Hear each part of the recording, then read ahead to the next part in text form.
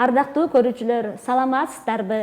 Бүгүнкү берүүнүн өзгөчө коноктору улуттук баалуулуктарды даңазалап, Манас эпосун терең таанып, кичинекей каармандар таймашында биринчи орунду багындырган жаш манасчылар болмокчу. Бул кичинекей бөбөктөр келечектин улуу мууну.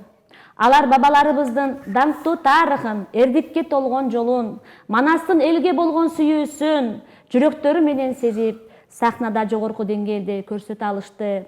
Айрыкча алардын Манас эпосунан хор, улуу баян айтуусу, Манастын антын көркөм айтуусу, каармандардын образын ачып берүүсү өзгөчө болду. Бул жеңиш балдардын гана эмес, жетекчинин, тарбиячылардын, ата-энелердин жана жалпы жамааттын эмгегинин үзүрү.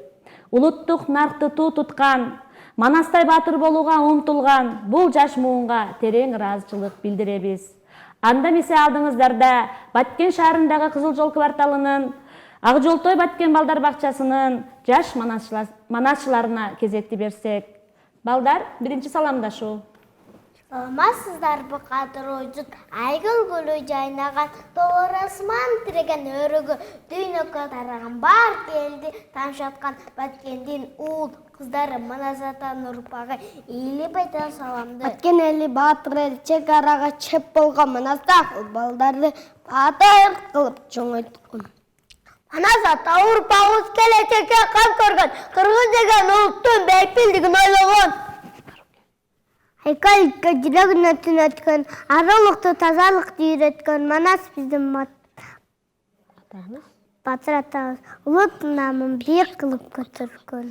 Расында Айкон Манас атабыз ошондуктан атыбызды Айкон Манас атадын уккун баарын уракып жартабай. Айкон Манас, биздин уран, биздин атыбыз Айкон, биздин Манас байлады. Манас атабыз Азаматсыңар балдар.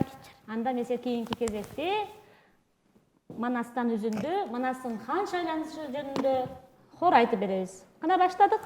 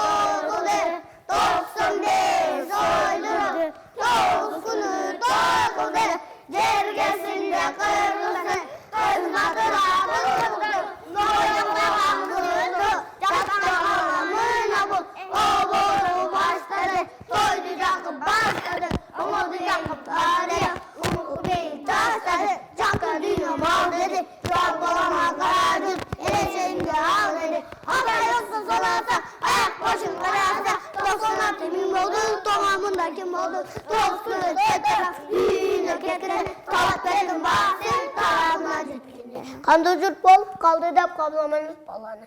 Kanга dönüp kaldı. Азаматсыңар балдар. Бүгүн биз улуу Манас эпосунун рухун жаш муундун аткаруусунда сездик. Бул улуттук мурастын улануусунун белгиси. Бүгүнкү жаш манасчылар эртеңки эл таянычы.